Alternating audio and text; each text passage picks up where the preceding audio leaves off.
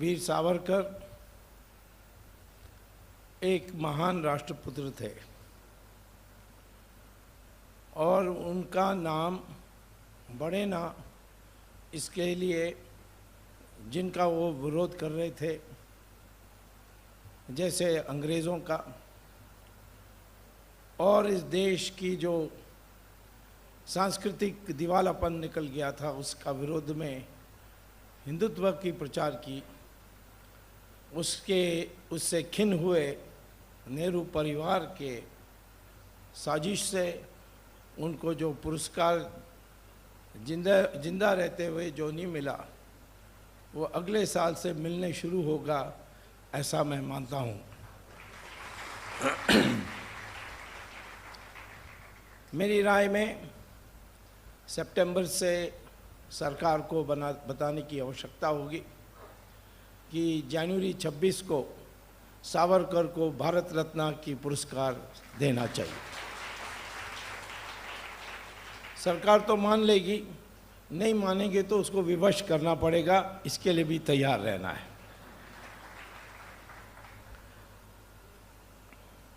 मैं अपने वक्तव्य दो हिस्से में प्रस्तुत करूंगा। आप पहला कि जो सावरकर की जो कल्पना थी हिंदुत्व के बारे,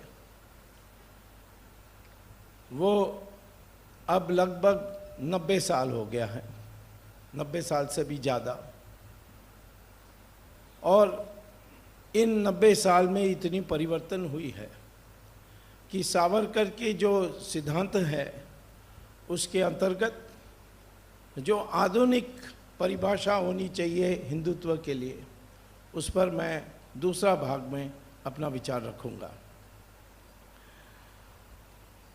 1921-22 में उन्होंने अंडमान जेल के अंदर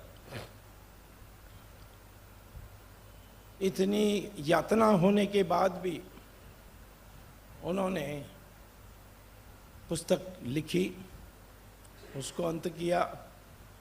अपने नाम पर प्रकाशित नहीं कर सके तो मराठा नाम पर उन्होंने प्रकाशित किया था। और उस समय वो हिंदुओं को संगठित करने के लिए उनका ध्यान केंद्रित था। इसीलिए जब उन्होंने हिंदुत्व की बात की, वो रक्त की बात की थी कि एक रक्त के लोग अपने को एक मानना चाहिए और संगठित होना चाहिए। और इसीलिए उन्होंने कहा कि हिंदुत्व सिर्फ हिंदुओं की जो गुण है, जिसको अंग्रेजी में ट्रांसलेट करते हैं हिंदूनेस, वो एक छोटा आयाम है उसका। हिंदुत्व एक इतिहास है और उस सारे इतिहास में से जो अच्छे बातें निकली हैं वो हिंदुत्व में शामिल है और हर हिंदू को उस पर गर्व करना चाहिए। अब हमारे देश स्वाधीन होने के बाद इस हिंदुत्व की विचार को हमें विस्तार करना है। जो देश के सामने जो खतराएं हैं उसको सामने करने के लिए, जब वीर सावरकर विचार कर रहे थे, उस समय तो हिंदू सोया हुआ था, उसको जगाना था। और जगाने के लिए उन्होंने नई कल्पना दी थी। 1857 को अंग्रेज़ों ने उसको म्यूटिनी कहा। जैसे नौकर लोग विद्रोह करते हैं कभी, जब आपने छुट्टी नहीं दिया तो, या ठीक से खाने के लिए व्यवस्था नहीं हुई तो थोड़ा विद्रोह होता है, वैसा उसको बनाने के लिए कोशिश की और वो म्यूटिनी नाम चली। लेकिन सावरकर ने जो पुस्तक लिखी, फर्स्ट वॉर ऑफ इंडिपेंडेंस 1857, उससे सारा दृष्टिकोण बदला। स्वामी विवेकानंद ने इसकी स्वीकार किया और अरविंदो ने स्वीकार किया, और उससे उस समय से ये आया कि यह भारत राष्ट्र उठा विदेशियों को भगाने के लिए। वो कल्पना जो उन्होंने दी थी, उस कल्पना हमारी स्वतंत्र आंदोलन की एक आधार बनी। तो पहले उन्होंने ये एक कल्पना दी थी, इस देश के लोग एकता में हैं और विद्रोह करने के लिए तैयार हैं, और हमारे देश कभी झुका नहीं। ये हमारे जो शत्रु हैं वो जानते हैं, जो हिंदू है वो नहीं जानता, क्योंकि उसकी मंशा इस प्रकार से तैयार की गई है। जैसे सावरकर ने उनके 55 पेज के जो पुस्तिका लिखी, उसमें उन्होंने कहा कि इतिहास में हमारे लोग कभी झुके नहीं, हर कोने में लड़ते रहे, और यही कारण है कि आज हम 80% हिंदू हैं। इस्लामिक रूल ईरान में गई, ईरान में स्थापित हुई, वहाँ सारा जुल्म हुआ, मारकाट हुआ, धर्म परिवर्तन हुआ, और 15 साल में ईरान ज़ोरोएस्ट्रियन से बदल करके इस्लामिक स्टेट बना। 17 साल में मेसोपोटामिया और बेबीलोन, उनकी जो कुकर्म जो हुई इस्लाम की, उसमें 17 साल में उन्होंने सब 100% मुसलमान बने। इजिप्ट को 21 साल में 100% मुसलमान बनाई गई थी। यूरोप को अंग्रेज़ों ने 50 साल में 100% क्रिश्चियन बनाई, लेकिन हमारे हिंदुस्तान में 800 साल मुसलमान, 200 साल क्रिश्चियन अंग्रेज़ों के ज़रिए, और तब भी हम 80% हिंदू हैं। इसके पीछे क्या हो सकता है? वो है हिंदुत्व, और उसमें हमारे महावीर जगे, हर जगह में लड़े, कई जगहों में हारे, कई जगहों में विजय हुए। महाराष्ट्र में शिवाजी ने विजय प्राप्त करके हिंदू राष्ट्र की एक राजवंश शुरू की थी, और इसीलिए जब हम ये महाराष्ट्र के वीरों के बारे सोचते हैं, तो मैं महाराष्ट्र से 2 बार बम्बई से संसद सदस्य रहा, तो पहला वाक्य से शुरू करता था, महाराष्ट्र माझे स्फूर्तिस्थान आहे।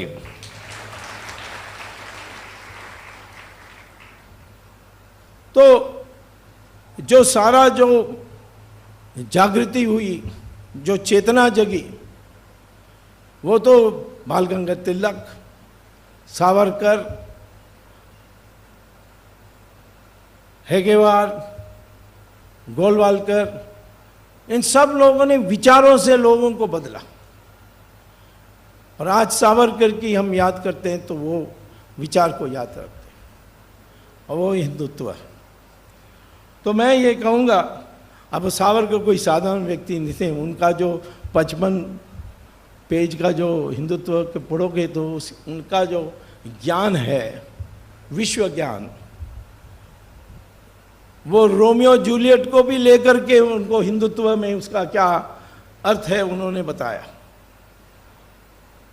यानी इतनी व्यापक, विदेशों में गए, फिर वहाँ अंग्रेज़ों से बचे, फिर पकड़े गए, फिर यातना सहे, और बाद में जवाहरलाल नेहरू, अब जवाहरलाल नेहरू की समस्या ये थी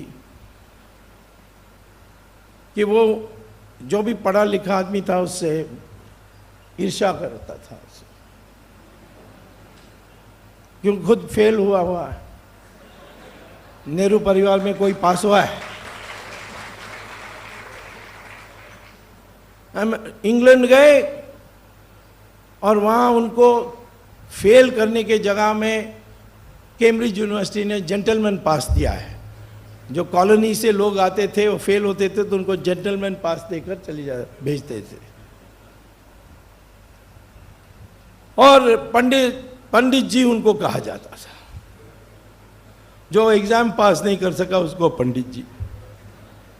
और कांग्रेस वाले डॉक्टर अंबेडकर को भीमराव कहते थे। कोलंबिया यूनिवर्सिटी में जाकर पीएचडी लिया, इकोनॉमिक्स में लिया। मैंने उसको थीसिस पढ़ा 1916 का, भारत की संस्कृति के कारण हम एक सदा के लिए रहे। उन्होंने पुस्तिका लिखी और बाद में लंदन में गए और उनको लॉ डिग्री मिली, भारत देश आए और चेयरमैन बने ड्राफ्टिंग कमेटी की। कॉन्स्टिट्यूएंट असेंबली में उन्होंने एक शानदार कॉन्स्टिट्यूशन उत्पन्न किया और उसको कांग्रेस वाले कहते हैं भीमराव। भारत रत्न उनको नहीं दिया था, ये जनता सरकार ने दी थी 1990 के आसपास।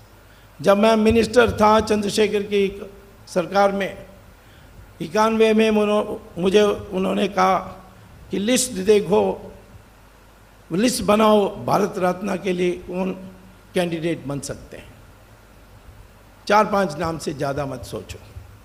तो मैंने पहले पुरानी लिस्ट देखी। पहला भारत रत्न जवाहरलाल नेहरू, उन्होंने खुद को दिया। सरदार पटेल का नाम नहीं, अंबेडकर का नाम नहीं। तो सरदार पटेल और अंबेडकर को ये जो अन्याय थी, उसने जनता की जो उस समय की सरकार थी, उसने ये पुरस्कार उनको पोस्टमसली दिया था। आज भी सुभाष चंद्र बोस को हमने दिया नहीं, वो भी होगा।